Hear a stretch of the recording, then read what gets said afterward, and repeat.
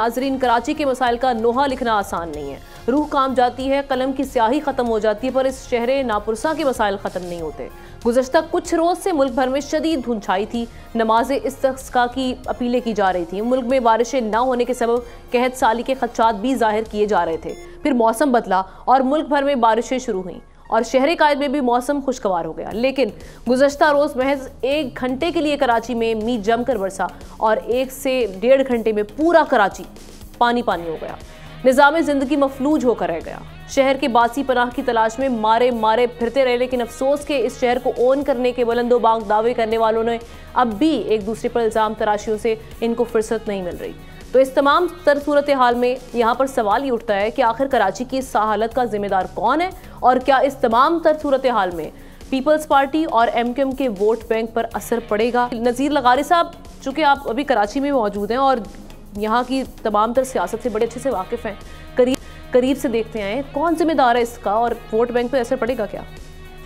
कल तो हम प्रोग्राम करके निकले तो फिर बारिश शुरू हो गई और बारिश खासी जमकर बरसी है।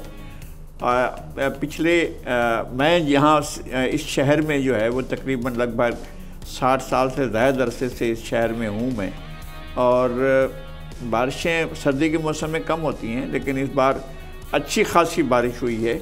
आपने 1 घंटा कहा, लेकिन मुझे तो रात भर भी बारिश की आवाज़ सुनाई देती रही और सुबह के वक्त तो फिर बारिश तेज़ हुई। नहीं, वो 1 घंटे के बाद ही पानी इतना इकट्ठा हो गया तो फिर हाँ, 1 घंटे के बाद भी पानी इकट्ठा हुआ, लेकिन हैरत अंगेज तौर पर जब मैं आ रहा था तो पानी जमा नहीं था।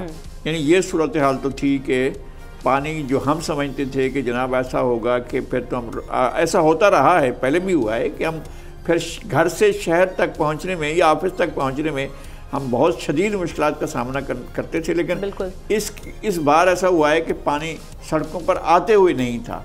जाहिर है जब बारिश जमकर हुई है, बहुत ज़्यादा हुई है, तो ऐसा भी लोग घरों में नहीं पहुँचे, गाड़ियाँ बंद हो गई।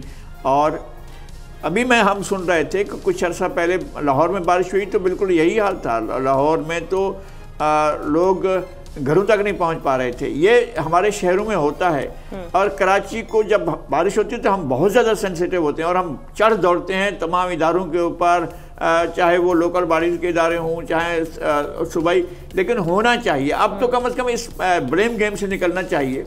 अब शहर को डिलीवर किया जाना चाहिए।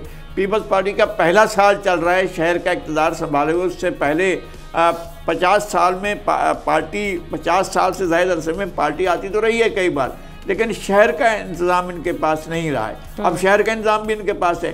अच्छा, शहर का इंतज़ाम नहीं है तो सूबे का इंतज़ाम तो इनके पास है, और फंड्स भी सूबे के इनके पास है, तो वो भी उनको चाहिए कि वो शहर को दें।